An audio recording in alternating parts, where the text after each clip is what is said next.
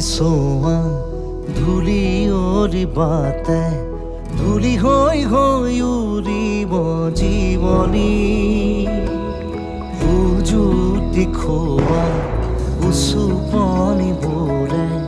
ছবি হৈ হৈ কবহি কাহিনী সময়ৰে সুতি সুততে সুহুৰি সুৰুঙাৰে সৰকি সুঁৱৰি উভতি চোৱা ধূলিয়ৰি বাটে ধূলি হৈ হৈ